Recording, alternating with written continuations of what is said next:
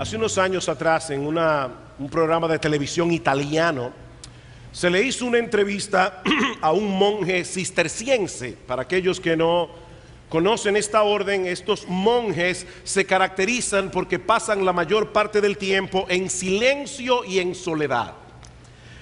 El entrevistador le preguntó en medio del programa: ¿y qué si al final de tu vida te das cuenta que el ateísmo es la verdad, de que no existe ningún Dios? El monje respondió: la santidad, el silencio y el sacrificio son hermosos en sí mismos, aún sin la promesa de una recompensa. Así que si Dios no existiera, yo habría usado bien mi vida. Puede ser que para algunos esto les suene muy bondadoso, puede que les suene muy espiritual, pero lo cierto es que esta respuesta desde el punto de vista bíblico no tiene ningún sentido. No tiene ningún sentido. Óyeme bien, mi amigo que estás aquí en esta mañana, si no existe Dios y la muerte es el fin de nuestra existencia, lo mejor que podemos hacer es dedicarnos a disfrutar el tiempo que nos resta en este mundo, cada cual según lo que entienda por disfrutar. Ese es uno de los argumentos de Pablo en el capítulo que vamos a estudiar en la mañana de hoy, 1 Corintios capítulo 15. Entre todos los problemas que esta iglesia estaba confrontando y que hemos visto a lo largo de esta serie de mensajes, también se añadía la confusión de algunos de sus miembros con respecto a la doctrina de la resurrección de los muertos. Ellos no tenían ninguna duda en cuanto al hecho de que Cristo resucitó, pero sí dudaban de la realidad de su propia resurrección.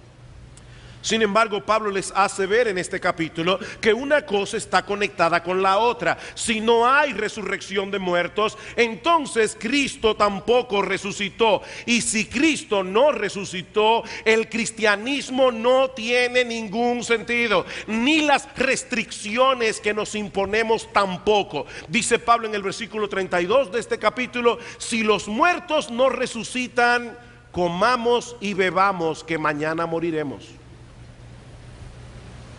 Ahora, ¿cómo es posible que en una iglesia cristiana algunos estuvieran negando o dudando de la doctrina de la resurrección? Bueno, la respuesta probablemente debemos buscarla en el trasfondo cultural de muchos de los miembros de esta iglesia. Debido a la influencia de filósofos como Platón, que vivió 5 siglos antes del apóstol Pablo, los griegos creían que el cuerpo físico, el cuerpo material, era inherentemente malo y que la muerte era una especie de liberación para el alma. Y debo decir en ese sentido que muchos de los místicos del siglo de oro, muchos de los místicos españoles del siglo de oro, tenían esta fuerte influencia platónica, como este conocidísimo verso de Teresa de Jesús: ay, qué larga es esta vida, qué duros estos destierros, esta cárcel, estos hierros en que el alma está metida. Solo esperar la salida, decía ella, me causa dolor tan fiero que muero porque no muero. Esta cárcel, estos hierros en que el alma está metida. El cuerpo es contemplado aquí como una prisión para el alma. Es por eso que en la cultura griega la resurrección corporal era una doctrina absurda, porque implicaría volver a encerrar el alma en su antigua prisión.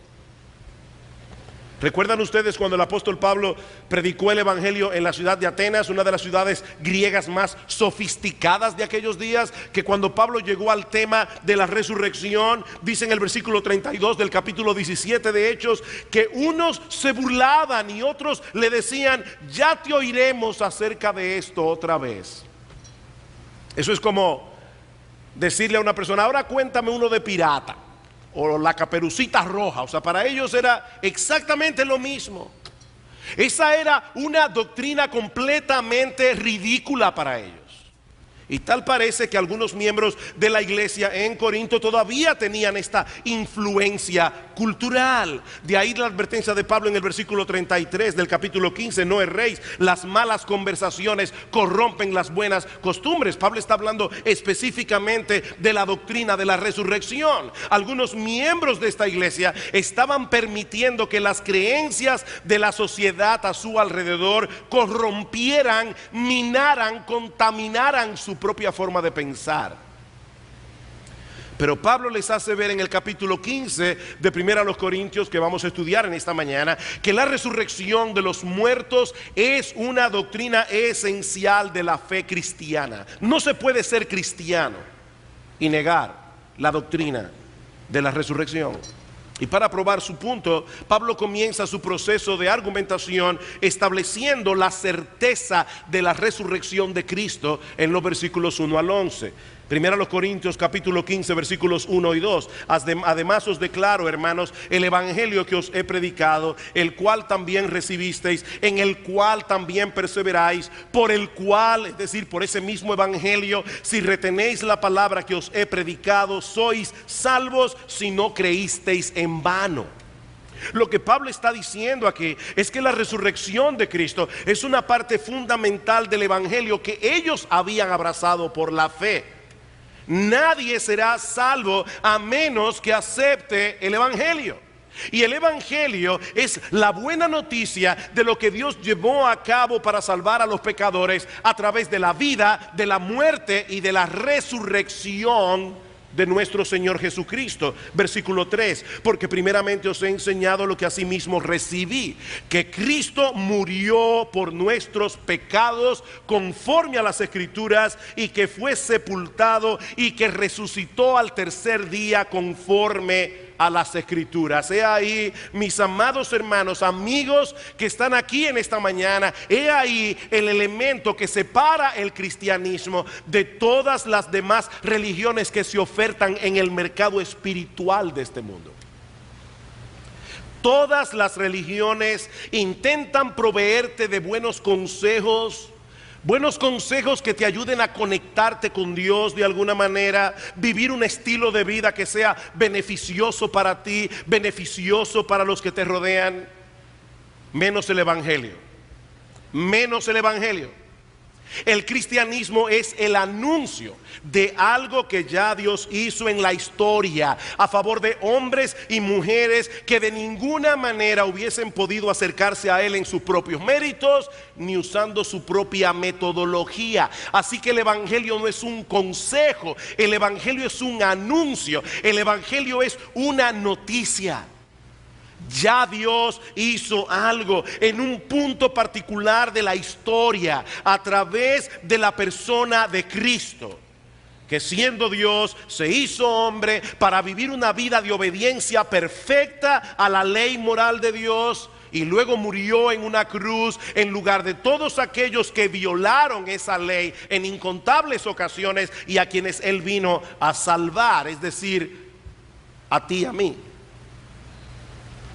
En palabras más sencillas, Cristo vino al mundo no a darnos un ejemplo, como dicen algunos, para mostrarnos la grandeza del amor de Dios. Y definitivamente Cristo nos dejó un ejemplo de vida. Definitivamente en Cristo, como en ningún otro lugar, nosotros vemos claramente el amor extraordinario de Dios. Pero Cristo vino al mundo, mis amados hermanos, a hacer un cambio de expediente. Si alguien te pregunta alguna vez, ¿a qué vino Cristo al mundo? He aquí la respuesta más simple. Cristo vino al mundo a hacer con nosotros un cambio de expediente.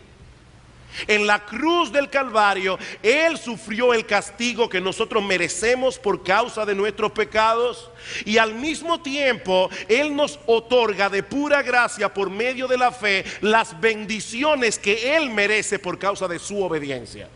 El cambio de expediente: yo le doy a Él mis pecados, Él me da su justicia. El justo murió por los injustos para llevarnos a Dios, dice en Primera de Pedro capítulo 3 versículo 18. Así que no hay una sola religión del mundo que predique un mensaje semejante a este. Óyeme bien, mi amigo, si tú eres de los que han comprado, y sobre todo a través de la internet que hay mucha basura, si tú eres de los que han comprado la mentira de que el cristianismo se parece a muchas religiones que hay en el mercado religioso del mundo, yo te estoy diciendo en esta mañana que eso no es así. El cristianismo no se parece a nada, a ninguna otra religión de invención humana. La gracia de Dios en Cristo es una característica exclusiva del Evangelio. Y es esa gracia la que nosotros debemos recibir por la fe para ser salvos. Es por eso que Pablo dice en el versículo 2 que ellos debían retener el contenido de ese mensaje del Evangelio para ser salvos. Y Pablo añade, si no creísteis en vano. En otras palabras, a menos que vuestra fe no tenga ningún valor, a menos que vuestra fe sea falsa, nadie puede llegar a ser cristiano a menos que abrace por la fe lo que Cristo hizo a favor de pecadores a través de su vida, de su muerte y de su resurrección. Miren, mis hermanos, si alguien pudiera probar a ciencia cierta que alguno de esos hechos conectados con el Evangelio en realidad no ocurrió, el Evangelio perdería completamente su razón de ser.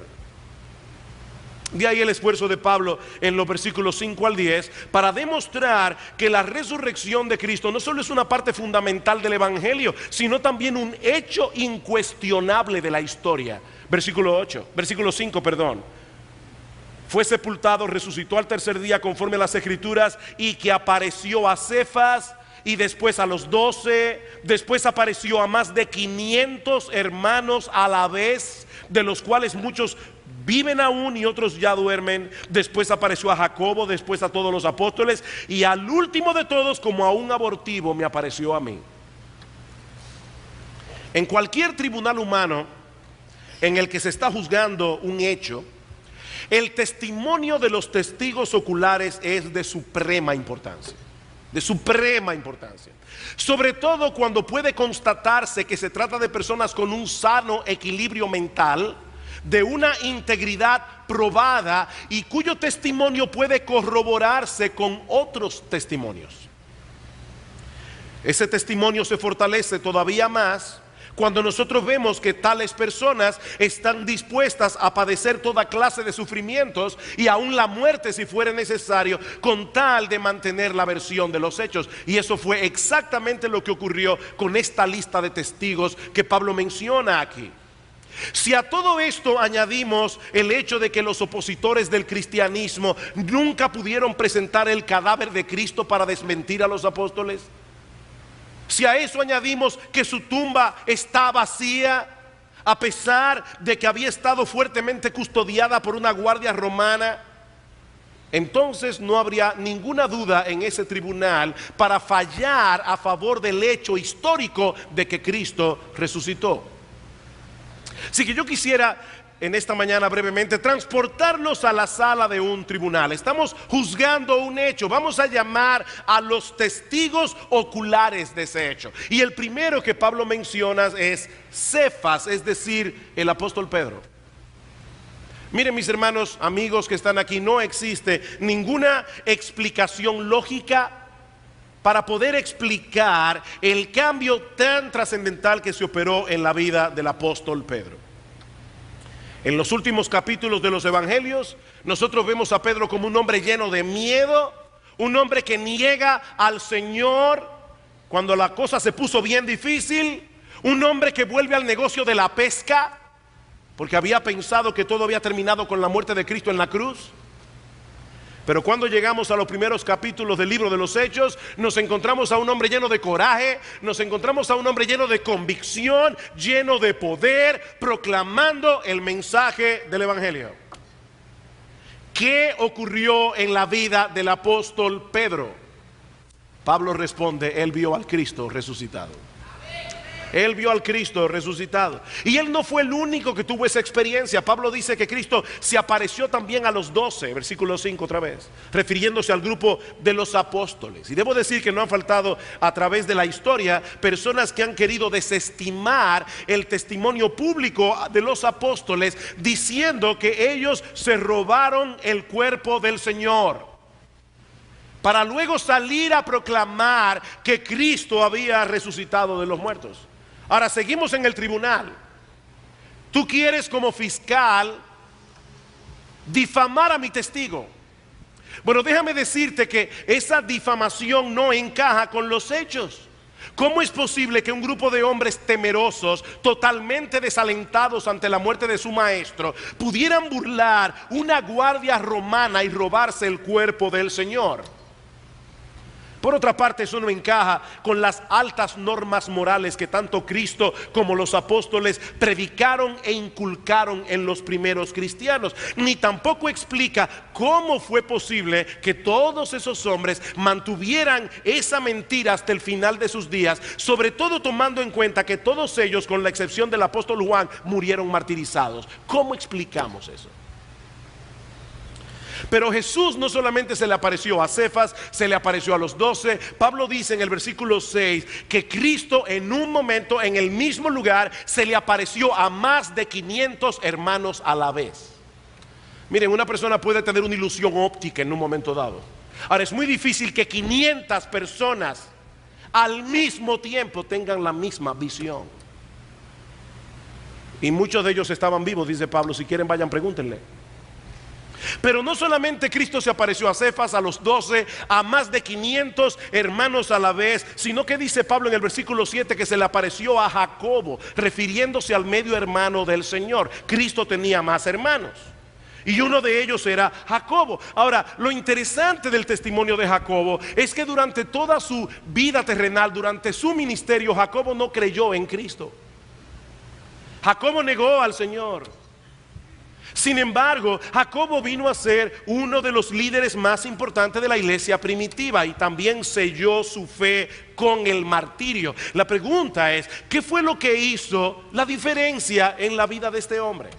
Otra vez, ¿cómo es posible que Jacobo llegara a aceptar que su medio hermano, piensen ustedes, por un momento, aquellos que tienen más hermanos, piensen la perspectiva que tú tienes de tu propia familia, de tus propios hermanos. El mismo Cristo dijo, ningún profeta tiene honra en su propia tierra.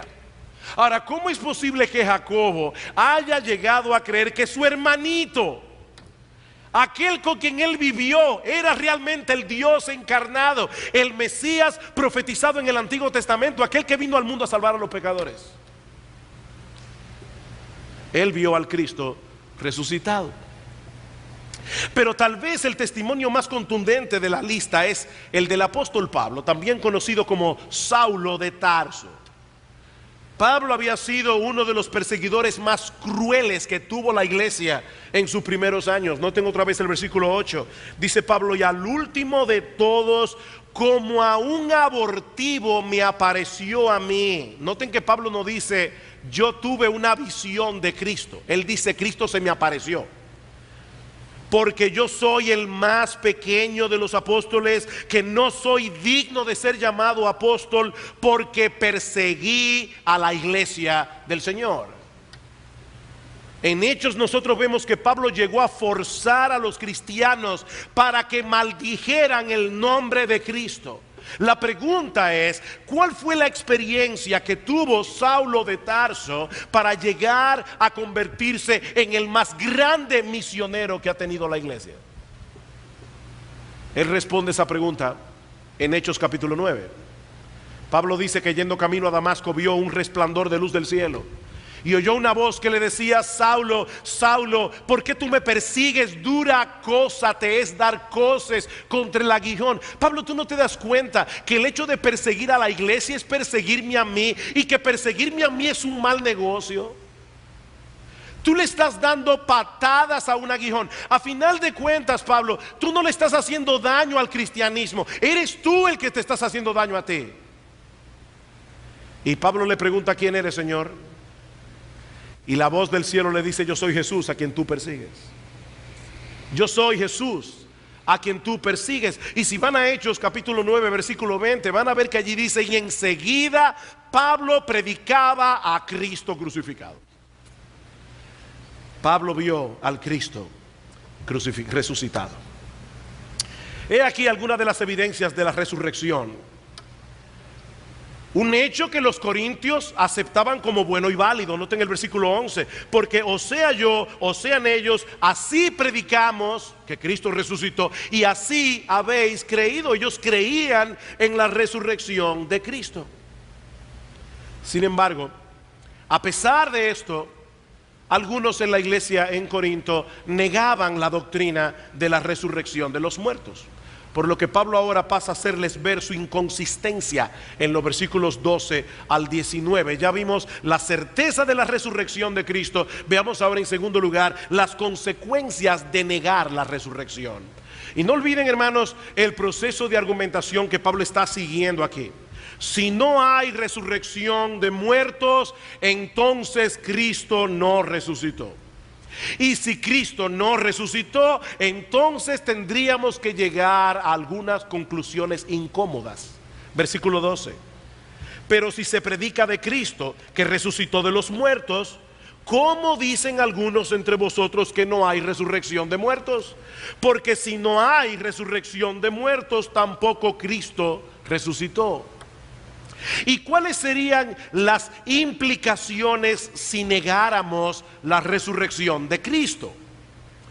Bueno, Pablo dice en primer lugar que la predicación del evangelio no tendría ningún valor, ni tampoco el hecho de que creamos en él. Versículo 14. Y si Cristo no resucitó, vana es nuestra predicación, vana es también vuestra fe. Mis hermanos, si Cristo no resucitó, todos ustedes, incluyéndome a mí, estamos aquí perdiendo el tiempo. Vana es nuestra predicación, vana es vuestra fe. El cristianismo no tiene sentido sin la resurrección. Por otro lado, dice Pablo, todos los que dieron testimonio de la resurrección serían unos mentirosos. Versículo 15. Y somos hallados falsos testigos de Dios, porque hemos testificado de Dios que Él resucitó a Cristo, al cual no resucitó, si en verdad los muertos no resucitan. Yo no sé cuántos aquí, aparte de los creyentes que tienen años en la iglesia, que profesan la fe de Cristo, yo no sé cuántos aquí se han tomado la molestia de leer el Nuevo Testamento. Pero aún una lectura superficial del Nuevo Testamento revelaría de inmediato que no pudo haber sido escrito por un grupo de charlatanes o de personas desquiciadas. Pero ¿saben qué? Esa es la conclusión inevitable a la que tendríamos que llegar si Cristo no resucitó. Porque ese es un tema que permea todas las enseñanzas del Nuevo Testamento. Lo que estoy diciendo es que si los apóstoles mintieron en ese punto, no tendríamos ninguna razón para apreciar sus escritos, no tendríamos ninguna razón para seguir sus consejos.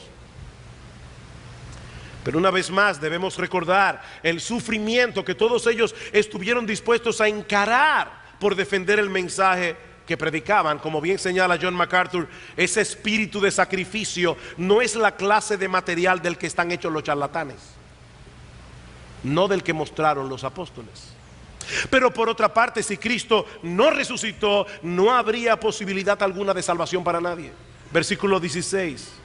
Porque si los muertos no resucitan, tampoco Cristo resucitó. Y si Cristo no resucitó, vuestra fe es vana. Aún estáis en vuestros pecados. No hay salvación. Entonces también los que durmieron en Cristo perecieron. En otras palabras, un Salvador muerto y enterrado no puede darle vida a nadie. Por lo tanto, todos los que murieron amparados en esa promesa vivieron aferrados a una mentira sin sentido y siguen tan muertos como cualquier incrédulo. Consecuentemente, dice Pablo, si Cristo no resucitó, los cristianos seríamos los seres más dignos de lástima de todo el planeta. Versículo 19, si en esta vida solamente esperamos en Cristo, es decir, en Cristo sin la resurrección, somos los más dignos de conmiseración, somos los más dignos de lástima, somos los más dignos de pena de todo el mundo. A veces escucho a algunas personas decir cosas buenas del cristianismo, pero negando al mismo tiempo sus doctrinas fundamentales. No importa si Cristo no era Dios, sino meramente un hombre. No importa si Él se quedó enterrado en la tumba después de la crucifixión hace 2000 años. Como quiera, su ejemplo y su enseñanza siguen siendo dignos de ser imitados y practicados. No, dice Pablo, no. Si Cristo no resucitó, si Cristo no era quien Él decía ser, el Mesías profetizado en el Antiguo Testamento, la segunda persona de la Trinidad hecha hombre, no existe mayor desgracia en el mundo que ser cristiano. No existe mayor desgracia que seguir a Cristo, porque andaríamos detrás de una ilusión, andaríamos detrás de un engaño. Y esto era algo que seguramente los corintios no estaban dispuestos a aceptar. Increíblemente, a los corintios les pasaba como a muchos de nosotros. Decimos creer una cosa, pero practicamos otra que es totalmente contraria a esto que nosotros decimos creer. Y lo grande es que nosotros muchas veces no vemos la inconsistencia. Es como ese tipo de personas a quien tú le preguntas, por fin, ¿tú vas para el norte o vas para el sur? Sí. Sí que, o sea, ¿vas para el norte o vas para el sur? Nosotros no podemos creer una cosa y al mismo tiempo con nuestros hechos negar lo que decimos creer. Y eso era exactamente lo que estaba pasando en Corinto. Por eso Pablo les dice en el versículo 29, ahora Pablo pone el foco sobre ellos de manera particular. De otro modo, ¿qué harán los que se bautizan por los muertos? Si en ninguna manera los muertos resucitan, ¿por qué pues se bautizan por los muertos? Y yo debo reconocer que ese es uno de los aspectos más difíciles, no solamente de primera a los Corintios, sino de todo el Nuevo Testamento. Yo le voy a decir lo que yo pienso que ese texto dice, sin ser dogmático. Yo creo que lo que Pablo está diciendo aquí es lo siguiente: ¿qué representa el bautismo? Nuestra muerte y resurrección con Cristo para andar en novedad de vida. Entonces, ¿para qué tú te bautizas si a final de cuentas te vas a quedar tan muerto como cualquier otro? ¿Por qué te bautizas por un cadáver? ¿Por qué te bautizas por una persona que va a seguir muerta? Porque no hay resurrección. El bautismo no tiene ningún sentido. Y no solamente el bautismo no tiene sentido, sino que el sacrificio que muchos cristianos han hecho y hacen por la obra de Dios tampoco. Versículo 30. ¿Y por qué nosotros peligramos a toda hora?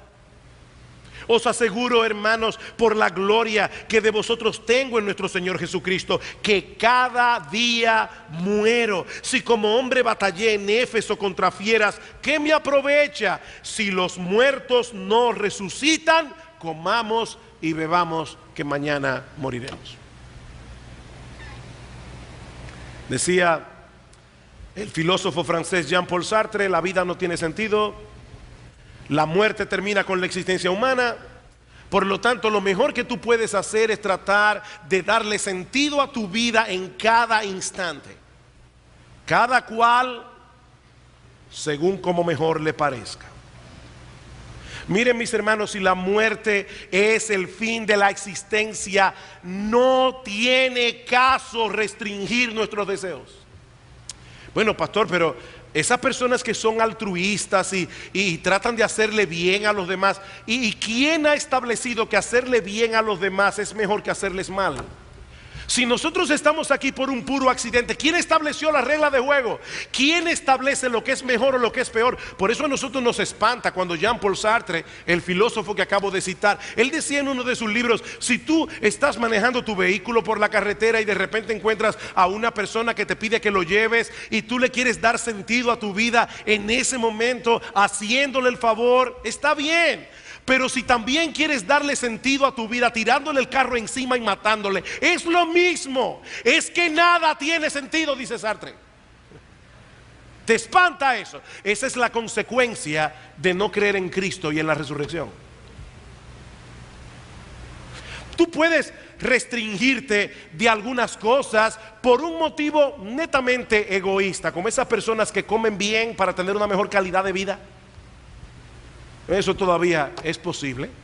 Por eso decían algunos filósofos de la Grecia antigua que se dieron cuenta que vivir para el placer era un problema, porque si vives para el placer probablemente vas a terminar dañando tu cuerpo, y cuando comiences a sufrir las consecuencias de haber abusado de tu cuerpo, eso no será ningún bien para ti. Por eso ellos decían: no busques el placer máximo, busca el placer óptimo.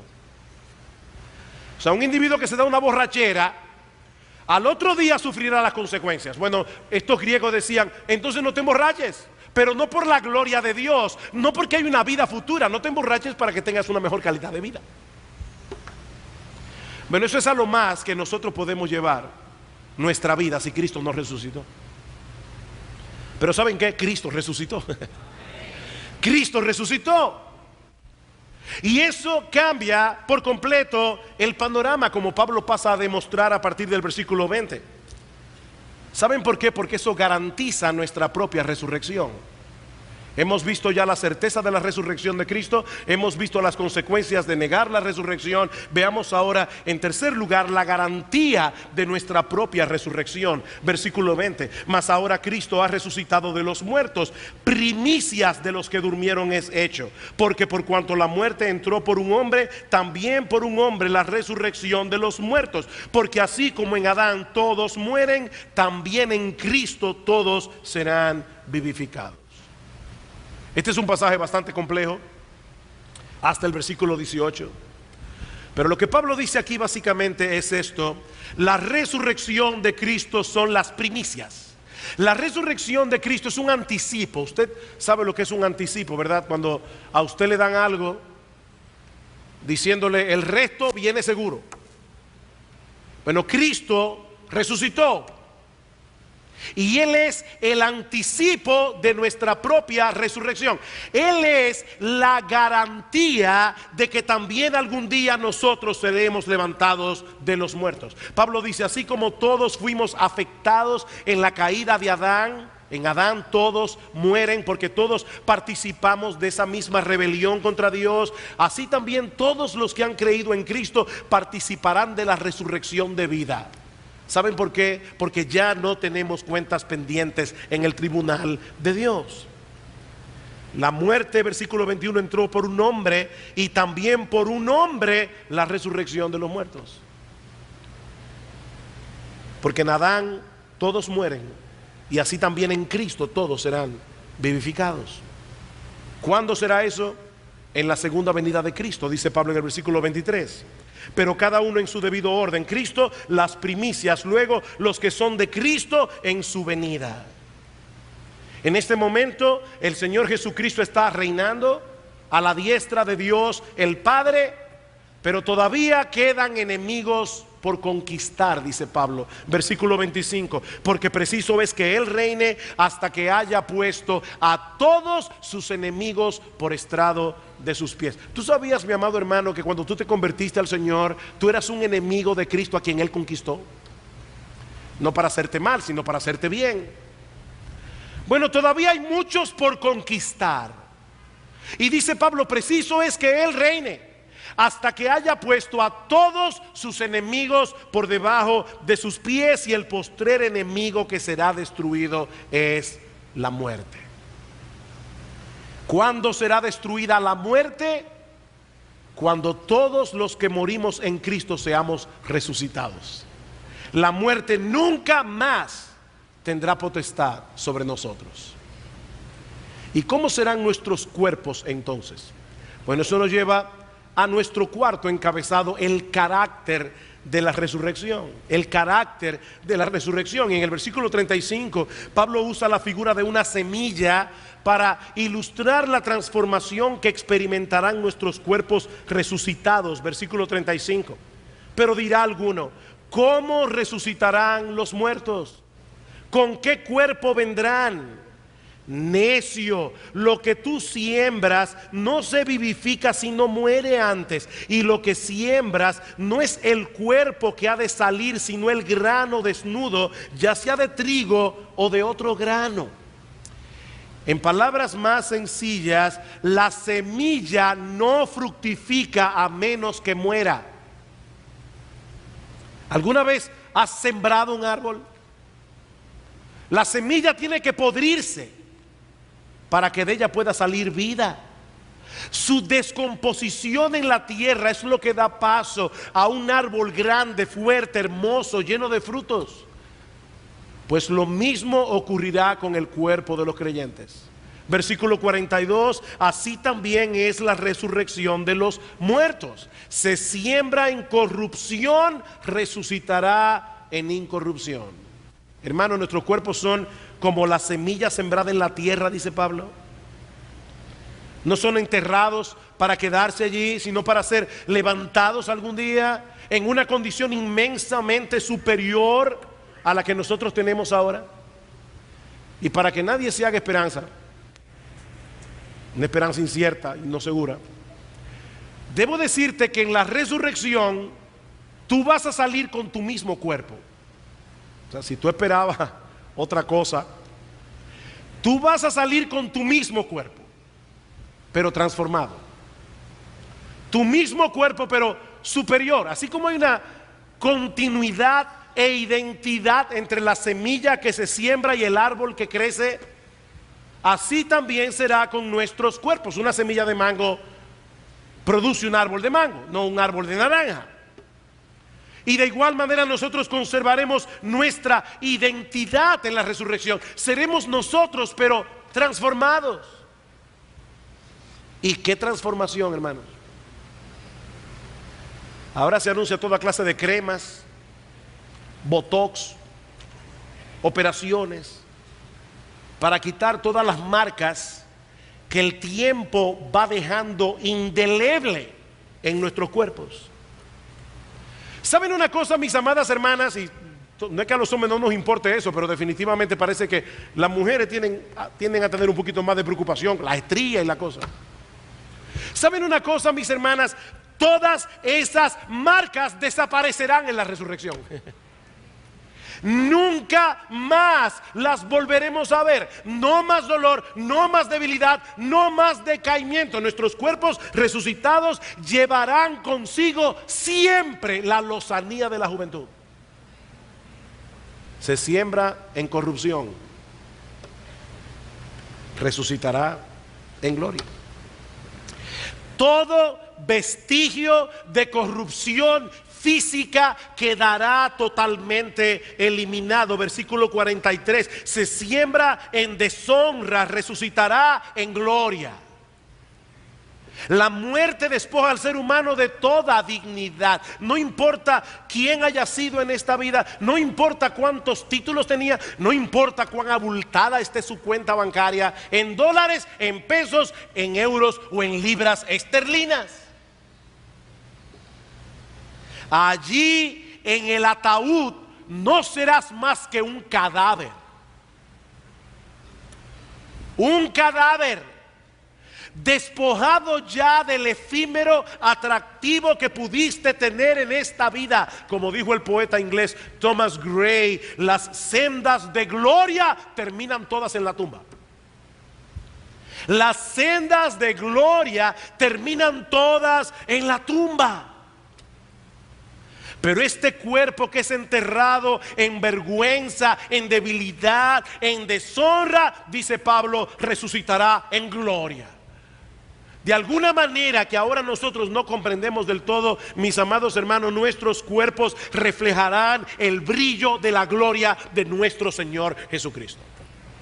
Compartiremos su gloria, su gloria. Es a eso que se refiere el Señor cuando dice en Mateo capítulo 13 versículo 43 que en la resurrección los justos resplandecerán como el sol en el reino de nuestro Padre. Decía C.S. Lewis, el autor de las Crónicas de Narnia, que si nosotros pudiésemos ver ahora a un creyente tal como será en el cielo, seríamos tentados a adorarlo. Si nosotros pudiéramos ver ahora a ese hermano, esa hermanita que tanto te molesta, si nosotros pudiéramos ver a ese hermano como será en el cielo, seríamos tentados a adorarle. Pero no solamente eso, versículo 43 en la mitad: se siembra en debilidad, resucitará en poder. Y es así que me gusta a mí. Resucitará en poder. Hermanos, cuánta debilidad experimentan nuestros cuerpos cada día. Descansamos durante la noche, nos levantamos por la mañana con todo nuestro vigor, o por lo menos algunos se levantan con todo su vigor, otros ya ni eso. Pero aún aquellos que se levantan por la mañana con las pilas recargadas, con todo su vigor, a medida que pasan las horas vuelven a sentirse cansados, agotados, y finalmente cuando llega la noche necesitamos dormir otra vez. Mis hermanos, eso es una realidad. Ese es un cuerpo rodeado de debilidad, y esa debilidad que poseemos en vida será consumada en la muerte. Nada es más débil que un cadáver, nada es más impotente que un cadáver. Somos sembrados en debilidad, dice Pablo, pero resucitaremos en poder. En poder. Queridos hermanos, en el cielo nuestros cuerpos no serán un impedimento, porque pasaremos todo el tiempo llenos de energía. ¿Ustedes han visto esos niños que parece que no se cansan y los padres dicen: es que tiene pila Duracell? Bueno, en el cielo no es Duracell que vamos a tener, es una cosa increíble. Eso no se inventaba aquí. Llenos de energía todo el tiempo. Todos vamos a sufrir de ADD controlado. Vamos a tener hiperactividad. Y yo sé que alguna gente, lo he dicho muchas veces aquí, se imaginan el cielo como una vida muy etérea. No, nosotros vamos a vivir en esta tierra renovada. El cielo es un lugar muy concreto, donde nosotros tenemos un cuerpo concreto y donde vamos a hacer cosas concretas. Así que comienza a hacer plan, mi hermano. Comienza a hacer planes.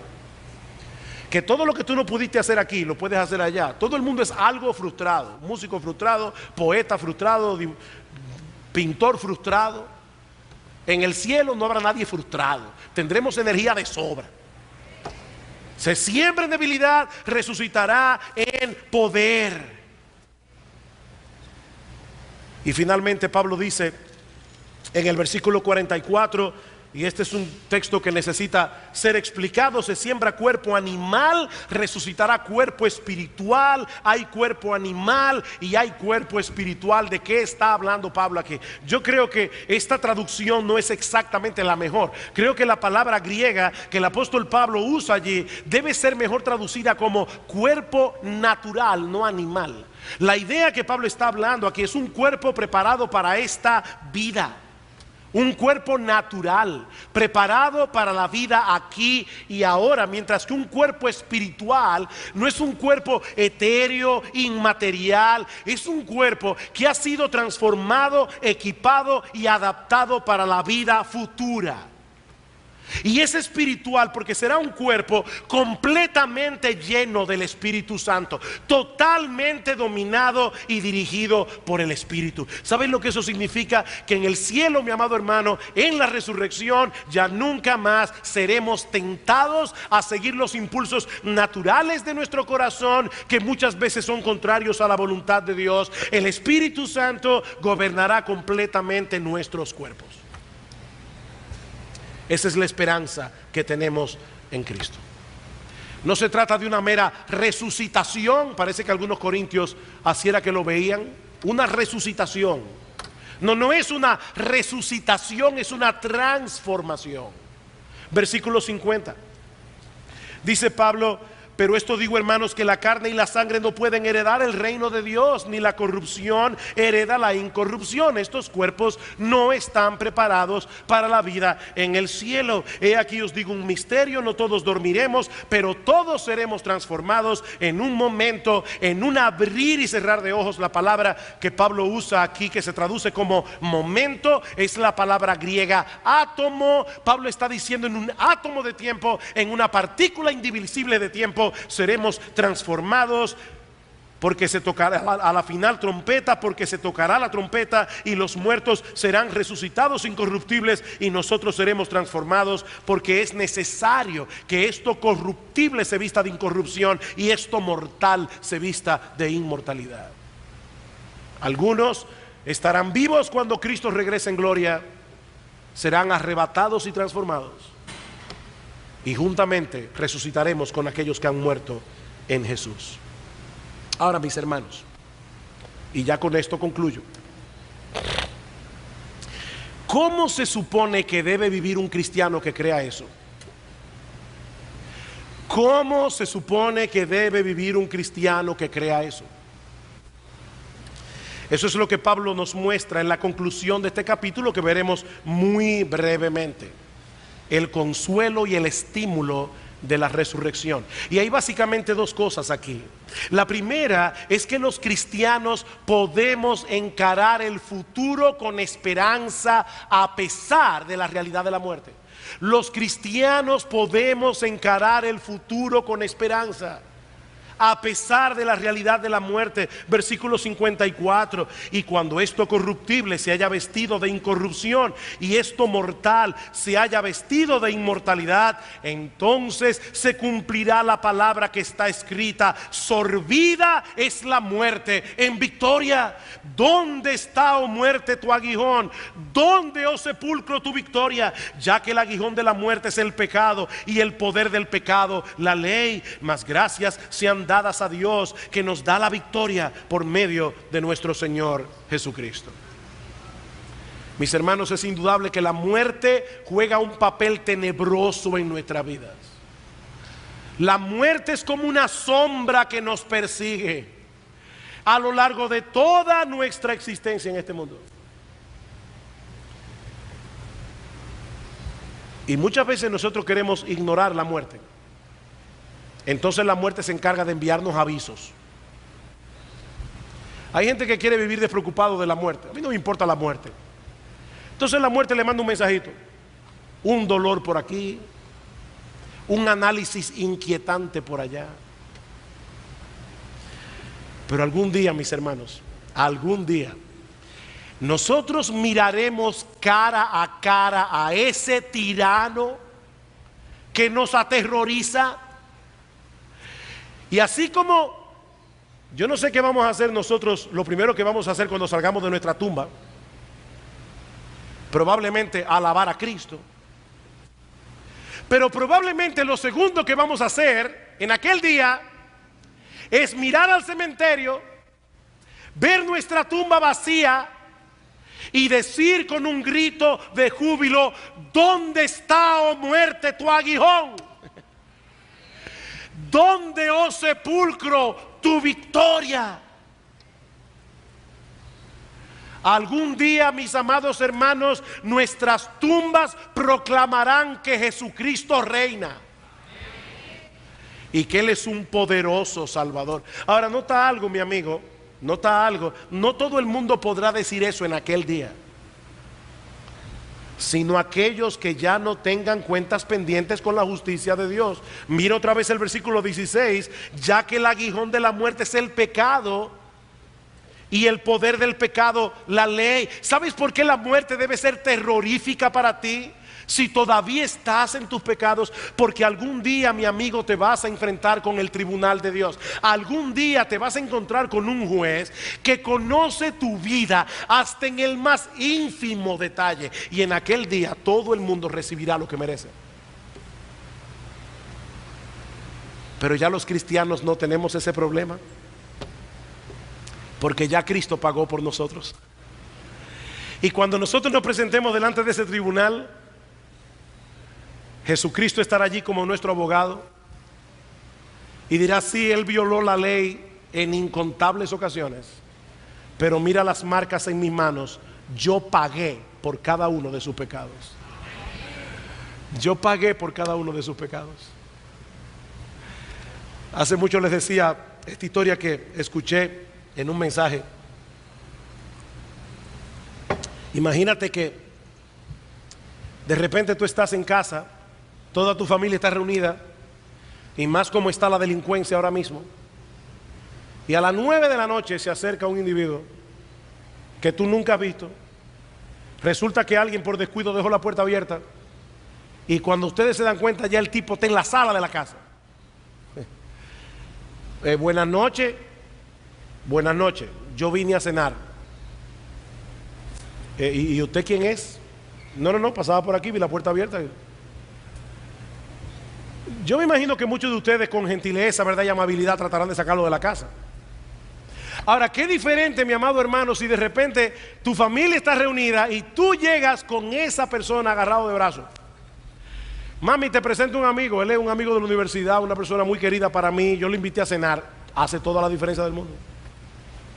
¿Saben qué, mis amados hermanos? Cuando nosotros lleguemos al cielo, Jesucristo nos echará el brazo y dirá, ese vino conmigo. Y es por esa razón que nosotros seremos admitidos allá arriba.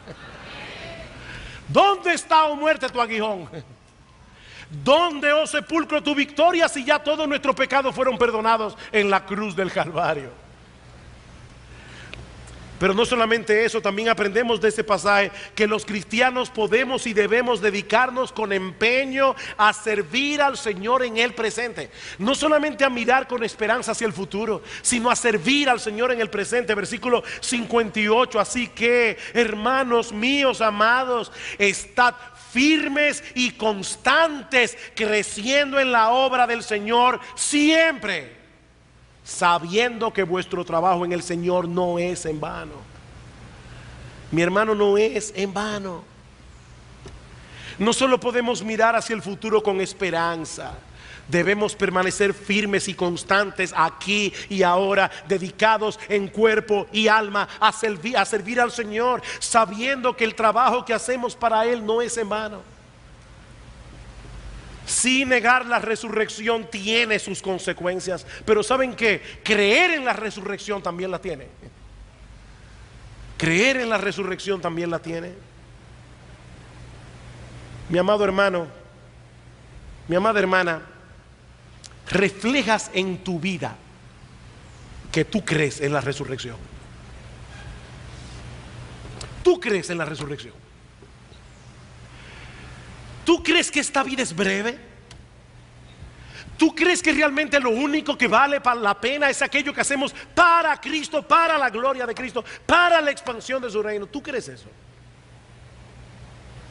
¿Estás creciendo en la obra del Señor?